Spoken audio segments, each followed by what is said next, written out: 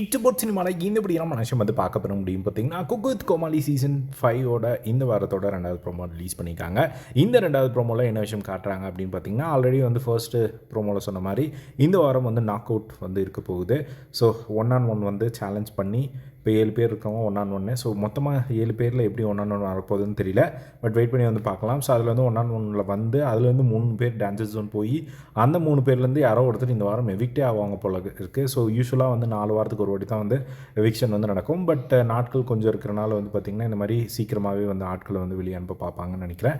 But அதே மாதிரி wild கார்டும் வந்து உள்ளே வரதுக்கான நிறைய பேர் சான்சஸ் இருக்குது. அப்படிங்கிறனால வந்து நம்ம வெயிட் பண்ணி வந்து பார்க்கணும். ஸோ அதுக்கப்புறம் இந்த ஒரு ப்ரோமோவில் என்ன காட்டுறாங்க அப்படின்னா 3 பேர் டான்ஸர் ஜோன் போக போகிறாங்க அப்படிங்கிற மாதிரி சொல்கிறாங்க.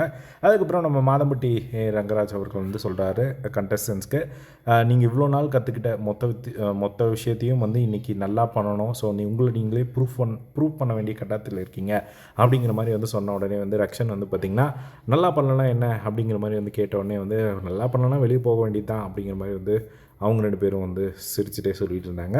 அதுக்கப்புறமா கடைசியாக வந்து அந்த ஒரு பேக்ரவுண்ட் வாய்ஸ் வருது. ஸோ 1-on-1 சேலஞ்சு நடக்க போகுது. டான்ஸர் ஜோனுக்கு போக போகிறாங்க. டான்ஸர் ஜோனுக்கு போகிறவங்க வெளியவும் போக போகிறாங்க அப்படிங்கிற மாதிரி வந்து சொல்லி அந்த ப்ரோமோ முடிக்கிறாங்க.